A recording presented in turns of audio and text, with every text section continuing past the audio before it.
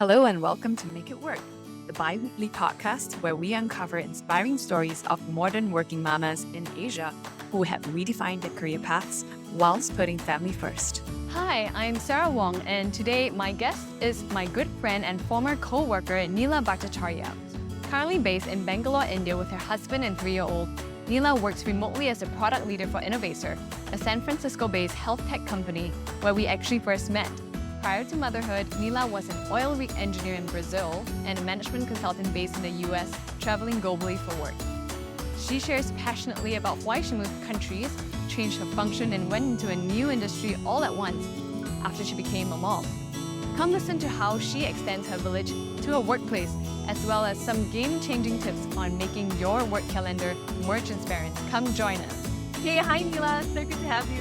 I think it's interesting to note that you were one of the first few people that I talked about this idea with when I first came back, and you gave me so much encouragement, and here we are today, me interviewing you. So I know. Thank you so much. It is such a pleasure to be here. And, exactly as you said, right? Like, we have been talking about this idea before its inception. But yeah, it's so awesome to see this come together. And you've done such a fantastic job of converting it from an idea that we were just chatting about on WhatsApp to this amazing podcast. So congratulations. yeah, it's been a journey from when I first met you in the US, and we were co-workers, and now you're in India, I'm in Singapore.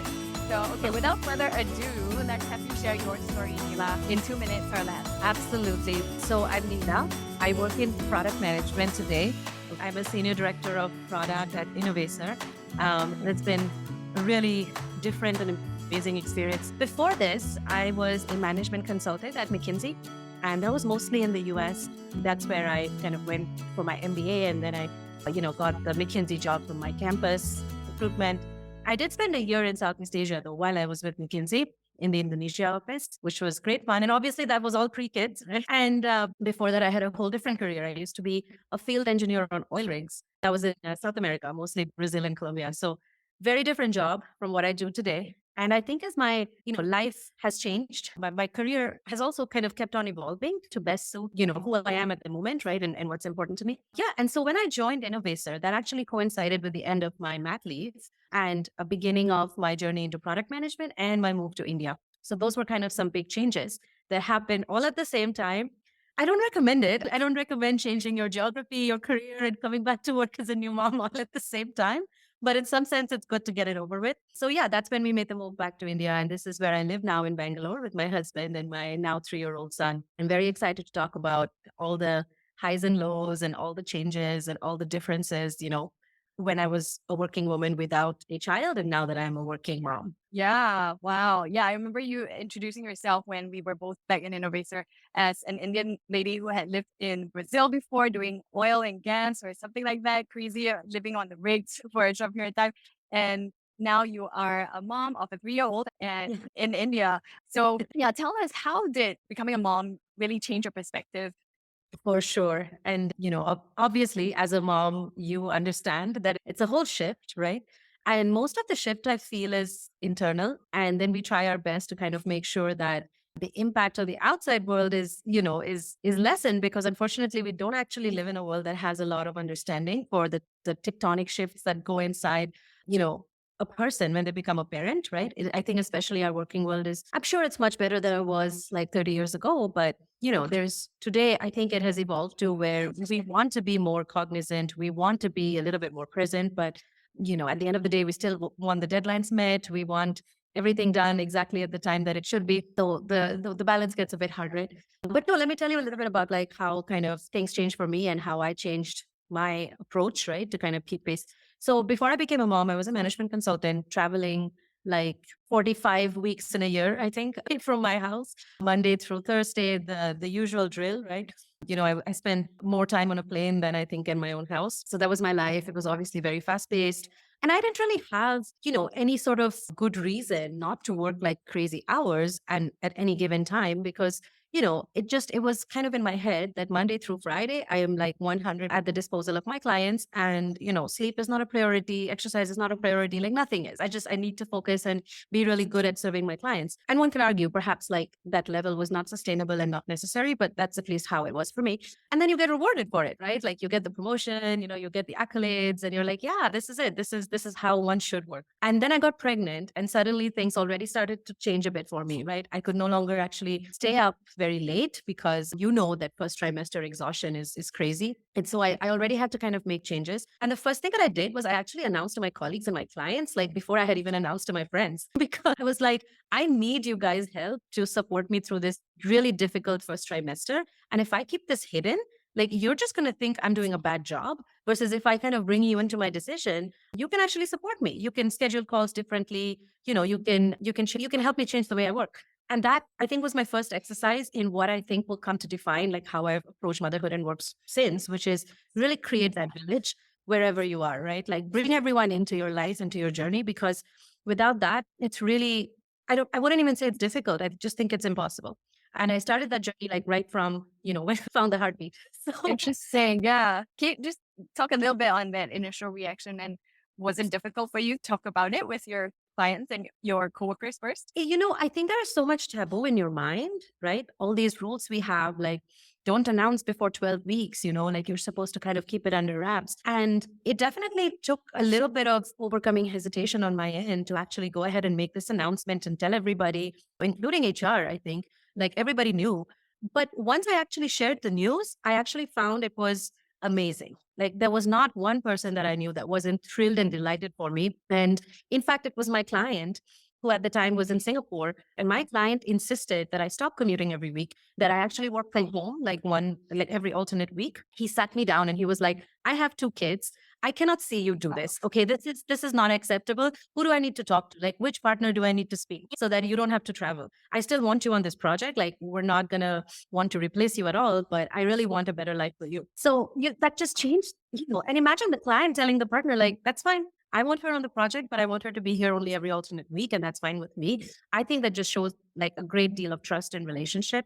All the partners that I worked with were so supportive. I even had, this scare 8 weeks into it where, I thought I was having a miscarriage. And like, if I hadn't brought people into my life at the time and fully aware of the decisions, I don't think I could have soldiered on, the way I did. Wow, that's really interesting that you basically broadened that definition of the village into, your workplace and even your clients to support this new life transition, especially as a first time mom, right? It's something you just don't know what to expect. And it's a really novel and quite thought provoking, I think, angle to see this village extended to, across your professional life. And it probably is, like you said, a lot of self censorship on our part, but may not really exist. Exactly. And then when I had my child, that was, by the way, peak pandemic. So our worlds were getting upended in a very different way. And one of the, as they say, right, it's an ill wind that blows no good. Obviously, the pandemic was devastating and I wouldn't want that. And I wouldn't wish that for anybody. But here is a few like positive changes that happened in my life. This concept of working from home or working away from a physical location and still being successful became mainstream, right? And that really, really helped me when I came back to work because, I could go back to work at 13 weeks postpartum, and I was in the US at the time. I could go back to work like with relative ease because I didn't have to actually leave my home. I didn't have to figure out, how I would arrange for care while I was physically traveling and away from my child that was still in the nursing phase. I didn't have to figure out any of that. I had, of course, enough support to like make sure that I was able to focus on my work, right? I had a nanny that came in the morning and, took him and we had a schedule set and everything. I also heavily invested at the time, even in a night nanny. So, and I'm sure some people listening to this will be like, wow, that is both spoiled and also like good to be you. But honestly, like it's just a matter of priorities, right? Like we invested a lot of money in getting help and setting up that structure because both of us had very demanding jobs and it was a priority and we knew it wasn't going to last forever. I wouldn't need a night nanny forever. I wouldn't need, even a day nanny forever potentially. But at the time I did, and it's okay. Like I didn't go out and buy a designer handbag. Like I chose to spend that resource differently. So even right when I went back to work, this notion of having lots of people to help me, whether that's friends, community, or help that, that's employed, this has been a key. But then, when I went back to work, I of course went back as a consultant, like a full-time, and I remember I took up a due diligence project, which is known to be like very demanding, and it somehow worked, but it was hard for me to, to kind of imagine how would I carve out this career for myself in the same one that I'd been doing while also being present as a mother. And I just, started thinking about like, are there other options, right? Are there careers that I can still be full time, still bring everything that I care about my aspirations, my ambitions, that'll help me fulfill all of those things, and still not where I still wouldn't be beholden to like such a tight schedule, to such a tight, always on mentality with my clients and so on, right?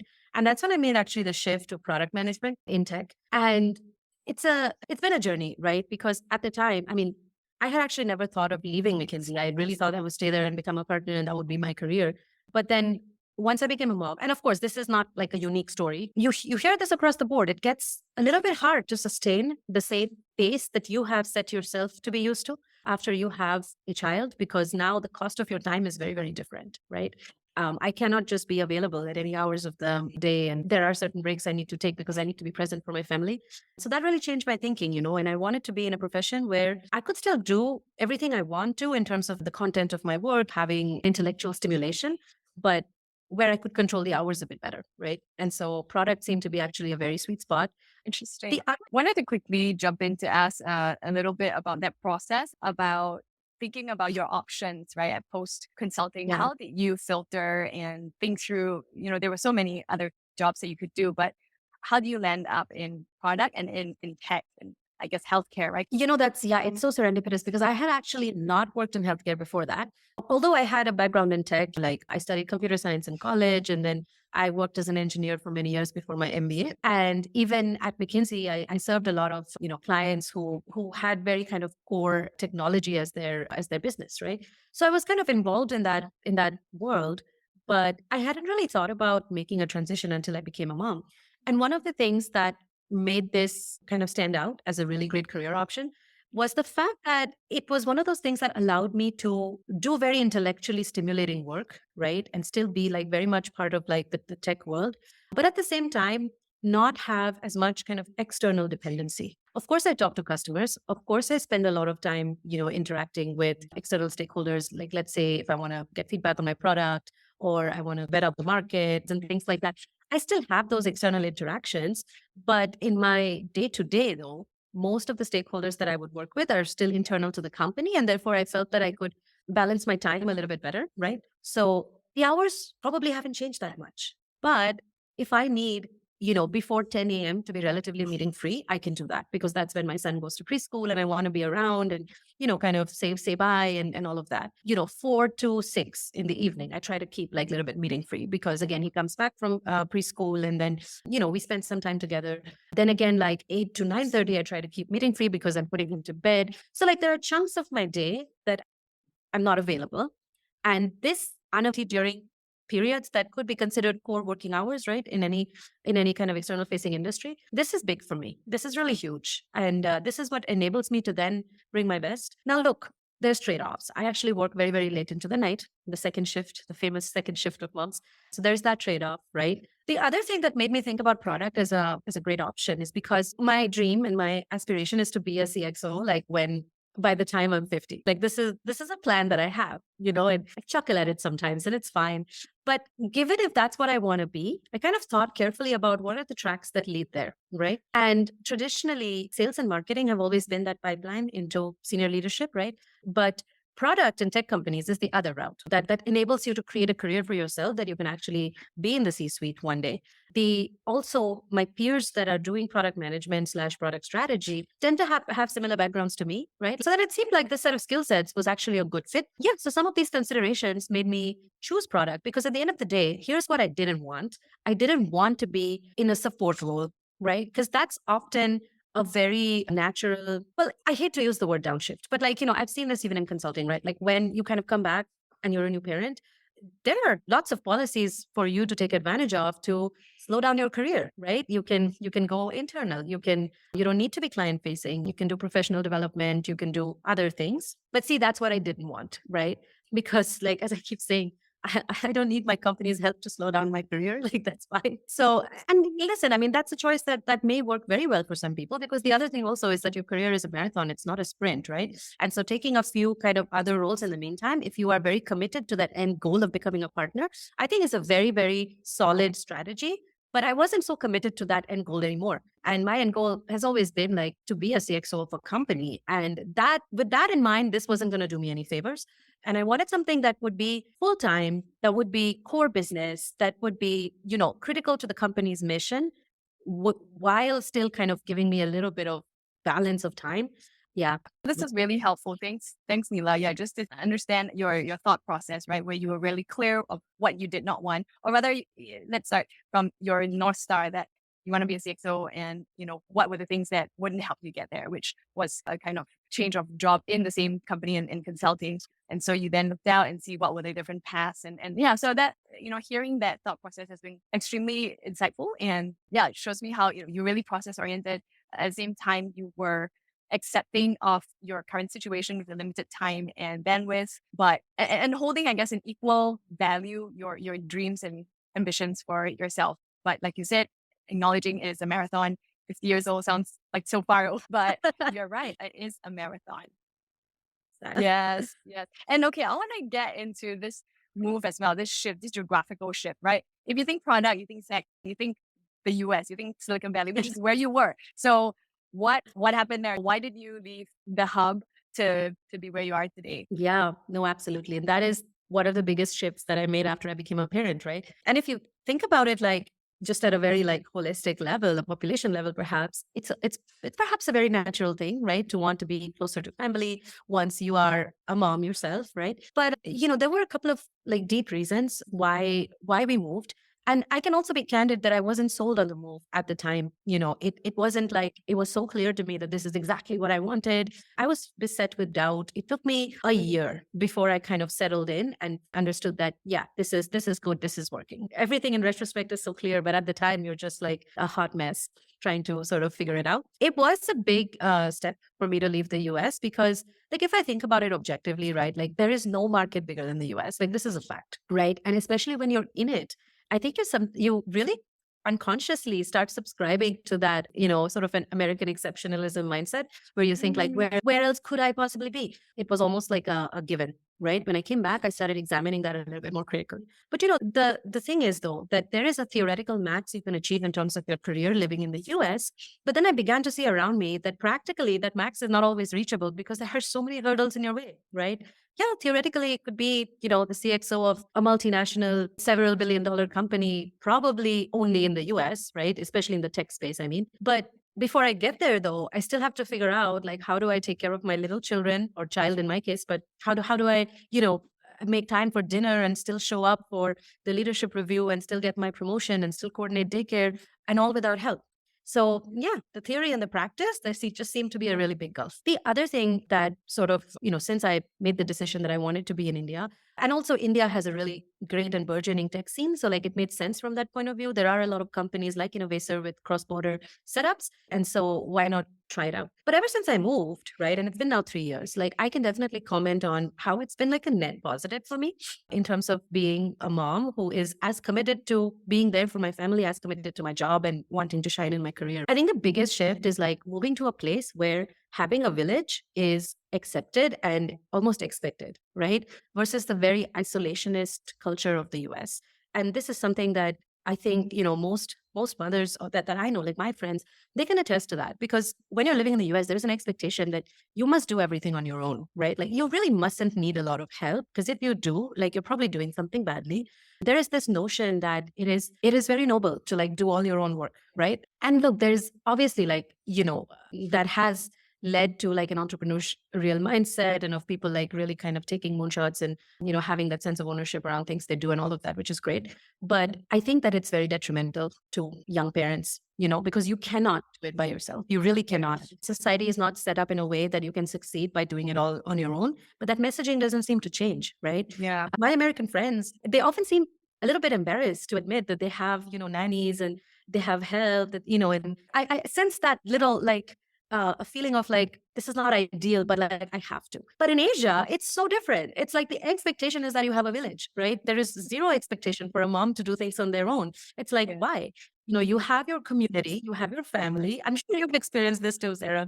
Yes, It's like, I'm it's a laughing given. because I found the same way, right? Coming out from that 5 years that I had spent in the US, where there was this, it's a badge of honor to basically DIY everything. I mean, people do their own homes, right, all the time. So what about your Exactly. own lives, right? Your own kids, sort of try to make it work. And I did realize coming back to Singapore that I had sort of brought that mindset in, where I was very resistant to the idea of hiring help, even though it was something that was very common here. And it was more of an internal shift that I had to tweak on my own to realize that I'm basically, in a way, missing out on what is so available. And actually, it's a luxury that I should lean into because I'm over here. Just like how I was overseas, I was leaning into all the benefits that the US brought, driving out whenever I wanted.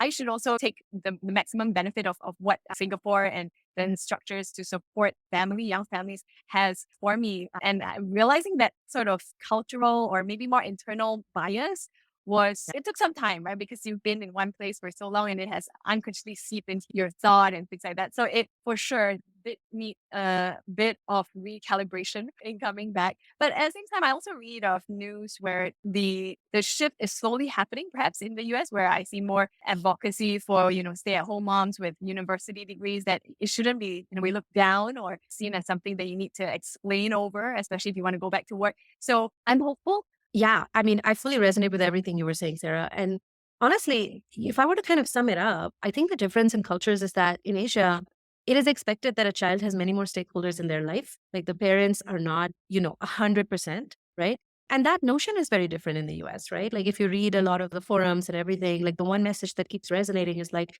you are the mom, like everything should be under your control. Like you get to make all the decisions and you set barriers with grandparents. I mean, not barriers, but boundaries, which shows my mindset, right? That's Freudian slip.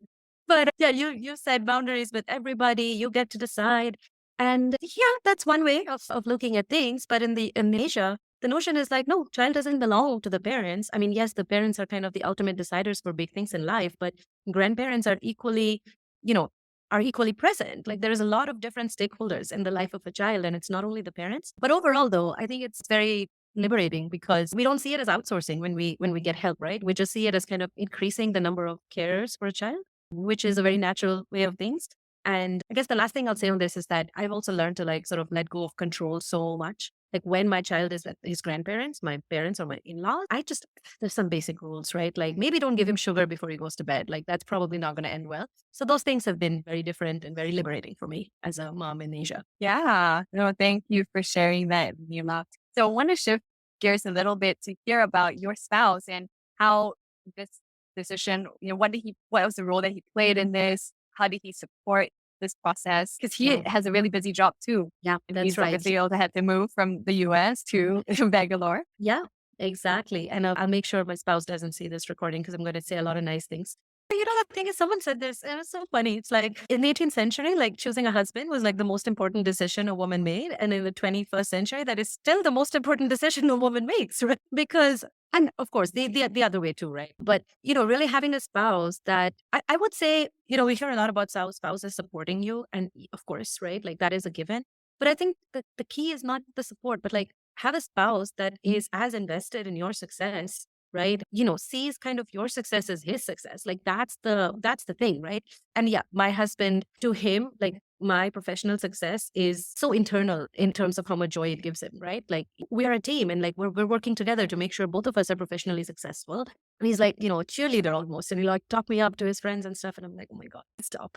But I know, I think that's wonderful, right? Like not just to have him support my career ambitions, but to want them as much as I want them. And look, he has a very busy career. Like he works in venture capital. the equilibrium that we have kind of settled into, right, is that, look, every day is not going to be 50-50. But does it average out over time? Yeah, that's what is important. And I read this other thing somewhere. I think it was a book that I was reading where it says, like, it doesn't matter who does what, as long as each gets enough rest.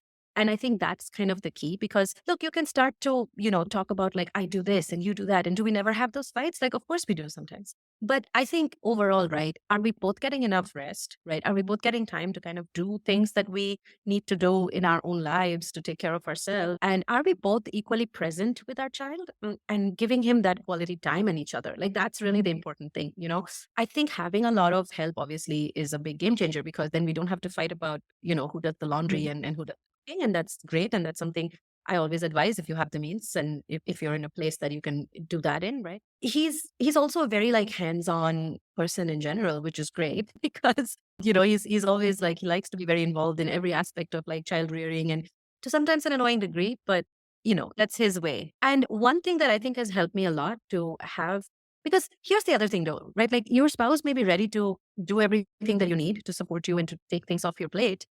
I mean, I'm not saying it is only your plate, it's obviously your shared plate, but like, let's not ignore like centuries of conditioning that tells you that it is your plate alone, right? This whole house management and child management. Your spouse may be ready to take things off your plate, but are you ready though? And I do think that there's a lot of damaging stereotypes and tropes that make us really worried and not comfortable with like giving away control, right? And from the beginning, I vowed like I wouldn't be that person. And so like when my husband has his time with my son, and let's say I'm not there, like I'm on a late night call or whatever, and he's in charge of bedtime, he is in charge. I don't give any instructions. I don't meddle. I don't tell him what to do. And I don't complain whatever he does, right? Like, because this is like his domain. Let him do things his way, right? When it's my turn, I'll do things my way. We obviously agreed to like some shared goals. But this whole thing of like not middling and not kind of hovering over where you are, the parent associate and I'm the parent manager, like I just didn't want that dynamic. That aspect of our relationship has definitely, helped a lot for sure. Thank you, Neela. So much wisdom there. I think even with 2 kids, I'm still learning, even with being able to be okay that he doesn't do it the way exactly that I want. Lifelong. It's really hard. You know why? I figured out why it's so hard. It's not because like we want to be control freaks, but it's hard because the consequences of that job badly done is only going to be borne by one person. Like if someone comes to your house and it's a mess, no one's going to say like, oh, Sarah's husband didn't do a good job. It's like, Sarah is obviously not able to keep up. I realized that. And I explained that to my husband once. I was like, if you do something and you do it badly, like no one cares. But if you do it badly, the reflection is on me that I'm not able to manage. And that's why wives tend to have a little bit more of a anxious reaction because we know we're the ones going to be judged, not our husband. Interesting. Well, okay. I do want to also hear, Neela, your thoughts on just looking back on all your shifts and changes and moves. Anything that you wish you would have done differently at all? Well, I wish I'd always been, as calm, collected, and full of, sort of like Zen, right? As I appear to be right now. I've figured out always a plan. No, I was not always that person, right? And really, I think the one wish that I have, and it continues. I mean, it's not like I've mastered it in any way. I wish I would have done this differently in the past, and I hope I will do it differently in the future, is to kind of always remember that I'm running a marathon. I say it a lot, but it doesn't feel like that. I went to my 5-year MBA reunion, and I remember like day one, coming back and telling my husband, like, wow, my peers are now like associate partners in consulting. They are leading teams of like 100 people. They are, head of product. And I just feel like I made so many shifts that I haven't scaled the ladder like anywhere to the level that I would have been if I stuck to one thing. Really feel like a little bit of a failure, right? And, and my husband was like, what are you talking about? Like everyone's journey is different. You have built something 0 to 1 and that's like amazing experience. Like it'll come, your time will come, You couldn't have said it better. And another thing for you, which has been helpful for me, that don't think of it as a ladder. Right? We have been conditioned to see it as sort of one step after the next, higher is better. But what happens if you take another side step? Like, what does that mean that you fall into the air and you crash to earth? No, right? You just create a new path. And so every time you feel that way, remember, you're not climbing a ladder. You are dancing to your own. Exactly. And Sarah, one last thing I thought I have on this topic is that the concept of a ladder is becoming, I think, less and less relevant in the world that we are living in and in the world that's coming in the future. I'll give you an example.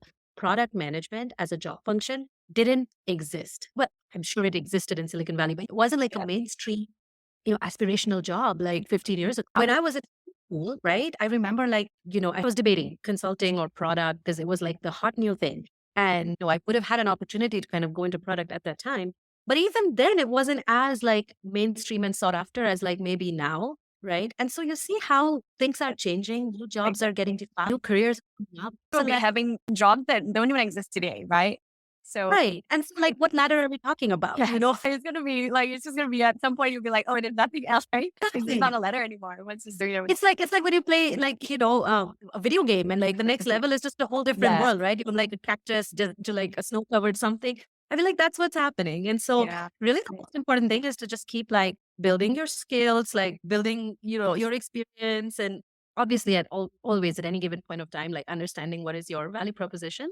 Because I decided constant availability was not going to be my value proposition, right? And so like what is? So maybe it's expertise. I don't know, but it's not constant availability. Love it. I love it. Okay. I have a couple last few questions. So I want to know how your working and perspective of work influences how you parent today. Yeah, it absolutely does. I've just become so intentional about the time that I spend with my son and so intentional about like what I want to do with him every day. Because like it's this notion of the cost of time, right? Like I also don't take up a lot of like non-value adding stuff at work. I wrap up my work very early and I try to like do things efficiently and fast because I want that time for my son. You won't like see me raising my hand for like after work drinks, not as much as I would perhaps in the past. But similarly, when I parent, it's so funny. I sometimes think about these frameworks like jobs to be done, things like that. I'll give you an example. This whole notion of like I'm outsourcing, some of my child. And I think to myself, am I really outsourcing or am I really kind of focusing on the value adding part? Because like, what is the job that like a mom is doing for my son? Like I'm there as a trusted kind of confidant, as somebody who's educating him, showing him the the ways of how to live and how to behave in the world. Somebody who's sharing his joys, cultivating his curiosity. Like those are the goals that I have, right? Like those are my OKRs, that he's a happy child who's curious, who's learning, who's, well adjusted, and changing his diapers have nothing to do with, and so that's fine then. If somebody else can change his diaper and take that off my plate, and I can do it, but I don't think that that's adding value to like the goals and OKRs that I have, or just like running behind him and planning his like every meal. It may be controversial. There are parents for whom it matters a lot. For me, it just matters like he's healthy. We all eat like a balanced regular meal, right? And that's it. Yeah. But the things that I to do, right? Read a story, like engage with him, listen to him, telling me all about his day. I feel like it's brought that structure to even my parenting. Yeah. So fascinating that you brought OKR into this parenting situation here. I can see how you're very focused and it helps with basically weeding out your priorities. All right. So Nila, what is one thing you want the listeners to take away from your story here? Village and health. Like that is the one thing. If you take away the one thing, it is that. Okay. And honestly, like I cannot stress on that enough. Like be in a culture and an environment that doesn't punish seeking help, right? But rewards it, is expecting it to the extent possible. I have enough American friends who think the same way as I do. And if I were living there, I'm sure I would gather them around me and like, create a kind of a new way for us to be. It just cannot be emphasized enough. And the more you practice that, like bringing in people into your journey, into your life, I think the more relaxed you will be as a parent, because not everything is on you. And like I said, I started from when I heard a heartbeat. I brought all my colleagues into it and the result was wonderful. I was able to manage my pregnancy, my first trimester fatigue, while managing a very, very difficult project, because all the partners, the APs, the client, my associates, everybody like pitched in, right? They were like, Nila, we're going to do this so like you can rest at this time, and it just helped me so much.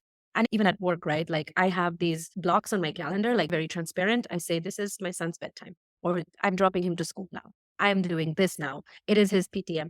Is this level of oversharing necessary? Some people just say personal. If it works for them, great. For me, I want to let everybody know, like, this is me. This is me. I exist outside of my work and this is my life. So you can have empathy and you can know where I'm coming when I say something, right? And then of course at home, bringing your family into it, friends. I have close friends and neighbors, like if my son is with them, I don't even text to ask what is he doing. I know they're going to take care of them. And so that, and of course, and even hired help, right? Like everybody. So yeah, just that, expand your village, let everybody share in the joy of being a parent, right? And make it easy for people to help you. So good. Well, thank you so much, Nila. This has been a really fun, insightful, very practical as well, actually, conversation. So really enjoyed it. And I hope to see you again soon. Yes. Me too. We'll see each other soon, I hope. Thank you for listening to Make It Work, where we uncover inspiring stories of modern working mamas in Asia who have redefined their careers whilst putting family first. Please help others discover the show by leaving a review and rating on wherever you get your podcasts. And see you at the next episode of Make It Work.